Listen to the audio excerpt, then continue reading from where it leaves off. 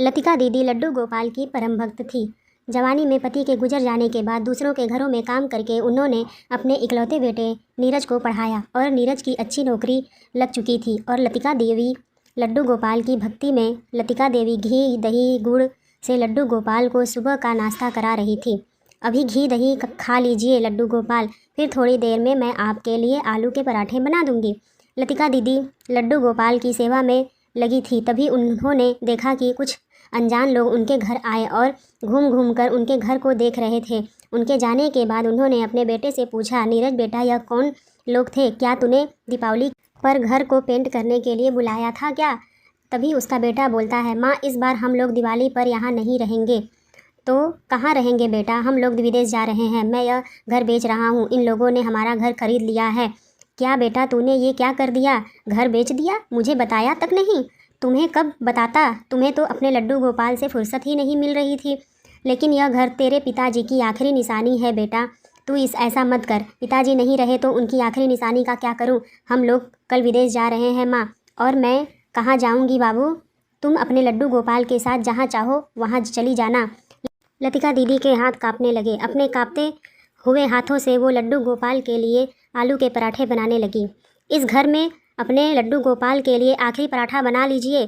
कल से आपके और आपके लड्डू गोपाल को दिन में तारे नज़र आएंगे। मेरे पति की कमाई पर बहुत अयासी कर ली आपने। लतिका दीदी अपनी आंखों में आंसू लिए लड्डू गोपाल को पराठे खिलाती है और उनसे कहती है, मेरे लड्डू गोपाल दिवाली आने वाली है। सोचा था दिवाली पर आपके लिए नए कपड़े, मिठाई और पटाखे खरीद लाऊंगी, लेकिन हम दोनों सड़क पर आ गए, बेघर हो गए।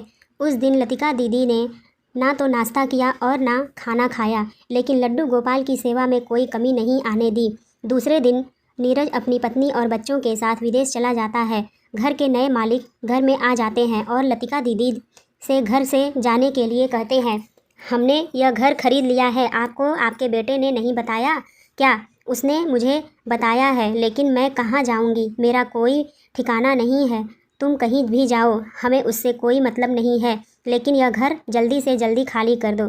तभी लतिका दीदी अपने कुछ कपड़े और गोद में लड्डू गोपाल को लेकर घर से निकल जाती है। चलते चलते वो बहुत थक जाती है और सड़क के किनारे बैठ जाती है। तभी वहाँ पर 15-16 साल का युवक उनके पास आता है। माँ, यहाँ बहुत तेज़ धूप है, आप यहाँ क्यों बैठी हैं? अपने घर जाइए। तभी लतिका दीदी बोलती हैं, कौन सा घर? मेरा कोई घर नहीं है। लतिका दीदी उस युवक को अपने साथ हुए अन्याय के बारे में बताती हैं। तभी वह युवक बोलता है, मेरा नाम गोपाल है, मेरे माता पिता नहीं है, अकेला रहता हूँ। आपके रूप में मुझे मेरी माँ मिल गई है, आप मेरे घर चलिए। और वह युवक लतिका दीदी को और लड्डू गोपाल को लेकर युवक अपने घर आ जाता है। वो गोपाल के घर में अपने लड्डू गोपाल की स्थापना करती हैं और उनकी सेवा में लग जाती हैं। युवक एक छोटी सी झोपड़ी में रहता था। देखने में वह बहुत साधारण तरीके से रहता था, लेकिन लतिका दीदी को जब भी भूख लगती ना जाने कहाँ से वह स्वादिष्ट व्यंजन ले आता। बेटे, तुम क्या काम करते हो? देखने में तो तुम बहुत सीधे लगते हो, साधारण से रहते हो, लेकिन इतना स्वादिष्ट खाना कहाँ से लाते हो? यह खाना तो बहुत महंगा होगा ना? तभी गोपाल बोलता है, माँ मैं सृष्टि का सारा काम करता हूँ, मेरे बिना यह संसार चल नहीं सकता। मतलब तुम भगवान हो क्या? गोपाल हंसते हुए बोलता है, नहीं माँ, मैं भगवान नहीं हूँ, लेकिन मैं झाड़ू लगाता हूँ सड़क पर। अब देखो ना माई, सुबह सुबह जब सभी लोग अपने अपने घर काम करने जाते हैं तो उन्हें साफ़ सुथरा शहर मिलता है। अगर सड़क पर गंदगी रहेगी तो पूरे शहर में गंदगी और बीमारियाँ फैल जाएंगी। इसीलिए कह रहा हूँ माँ। तभी लतिका दीदी बोलती हैं, हाँ बेटा, यह बात तो बिल्कुल तुम सही कह रहे हो, तुम बहुत अक्लमंद लगते हो। बेटा गोपाल, मेरे लड्डू गोपाल के लिए लड्डू, पटाखे और मिठाइयाँ, कपड़े सब कुछ चाहिए। क्या तुम्हारे पास कुछ पैसे हैं तो मुझे दे दो। तो गोपाल बोलता है, हाँ माँ, मेरे पास हैं, ये लो। गोपाल लतिका दीदी को सोने के सिक्के देता है। सोने के सिक्के तुम्हारे पास कहाँ से आए बेटा? तो उसने बोला, यह सोने के सिक्के मुझे मेरी माँ ने दिए थे और कहा था कि जो लड्डू गोपाल की सेवा करेगा उसे दे देना। मैं इतने दिन से संभाल कर रखा था, आज यह सिक्के आपके लिए हैं। लतिका दीदी सोने के सिक्के लेकर बाजार जाती है और उन्हें सुनार की दुकान में बेच देती है। उन्हें काफ़ी पैसे मिलते हैं। उस पैसे से वह लड्डू गोपाल की दिवाली के लिए सारा सामान खरीदती है और साथ ही अपने और गोपाल के लिए नए कपड़े, खाने का सामान, मिठाइयाँ, घर की सजावट का सामान और लक्ष्मी गणेश जी की मूर्ति भी ले आती है। सब कुछ लेकर वह घर आती है। गोपाल बेटे देख, मैं तेरे लिए भी नए कपड़े और मिठाइयाँ लाई हूँ। माँ, मैं कितना भाग्यशाली हूँ, मैं कितना खुशनसीब हूँ कि कई वर्षों के बाद मुझे मेरी माँ मिल गई है और माँ के साथ दिवाली मनाऊँगा। प्यार से गोपाल का सर अपनी गोद में रखकर उसे दुलारने लगती है। दूसरे दिन दिवाली थी। वे सुबह उठकर घर की सफाई करती और पकवान बनाती। सारे पकवान बन गए। अब लड्डू गोपाल को नहलाना, उन्हें नए कपड़े पहनाना। लतिका दीदी लड्डू गोपाल को नहलाकर उन्हें नए कपड़े पहनाती है और फिर खाने के लिए मिठाइयाँ देती है। मेरे लड्डू गोपाल, अब आप आराम कीजिए, तब तक मैं पूजा की तैयारी कर लेती हूँ। लतिका दीदी गोपाल मिलकर सभी लक्ष्मी माता और गणेश भगवान जी की पूजा की तैयारी करते हैं। शाम हो जाती है, दोनों पूजा करते हैं। गोपाल बेटे चल, हम तीनों मिलकर पटाखे जलाते हैं। ठीक है माँ, चलो। लतिका दीदी अपने गोद में लड्डू गोपाल को लेकर गोपाल के साथ घर से बाहर आती हैं। वे लड्डू गोपाल के हाथ में एक फुलझड़ी रख देती हैं और खुद भी पटाखे चलाने लगती हैं। लतिका दीदी और गोपाल पटाखे चला रहे थे, तभी अचानक कहीं से सोने के सिक्के की बरसात होने लगी। यह सोने के सिक्के कहाँ से आ रहे हैं? लतिका दीदी देखती हैं तो सिर घुमाकर देखती हैं तो उनकी आंखें फटी की फटी रह जाती हैं। लड्डू गोपाल के हाथ में जो फुलझड़ी रखी थी उसमें से अपने आप सोने के सिक्के झड़ रहे थे। अब लतिका दीदी देखकर हैरान हो जाती हैं। मेरे लड्डू गोपाल अपने मेरी दिवाली रोशन कर दी, यह तो चमत्कार हो गया, महा चमत्कार हो गया। तभी लतिका दीदी और गोपाल दोनों बहुत खुश होते हैं और सारे सोने के सिक्के बटोर लेते हैं। वे सिक्के इतने काफ़ी थे कि उससे एक पूरी बोरी भर जाती है। गोपाल बेटे, हम इन सोने के सिक्कों का कहाँ रखेंगे? इसे क्या करेंगे? किसी को पता चल गया तो बहुत दिक्कत हो जाएगी। तभी गोपाल बोलता है, माँ, इन सोने के सिक्कों को रखने की क्या ज़रूरत है? लड्डू गोपाल ने यह सोने के सिक्के बोरी में रखने के लिए नहीं दिए हैं तुम्हें, फिर इन सिक्कों का मैं क्या करूँगी बेटा? माँ, आप बहुत भोली हो। यह सिक्के इतने हैं कि आप इनसे अपना घर वापस ले सकती हो। लतिका दीदी सोच में पड़ जाती है। तुम ठीक कह रहे हो गोपाल बेटे, लेकिन इतने सिक्के मैं किसे बेचूंगी? तभी गोपाल बोलता है, आप चिंता मत करो, यह सारे सिक्के मैं बेचकर पैसे ले आऊँगा, आपका घर वापस दिलाऊंगा। गोपाल कुछ सोने के सिक्के लेकर बाजार जाता है और उन्हें सुनार की दुकान में बेच देता है। उससे काफ़ी पैसे मिल जाते हैं। पैसे लाकर वो लतिका दीदी को दे देता है। ये लो माँ, इन पैसों से आप अपना घर वापस खरीद लो।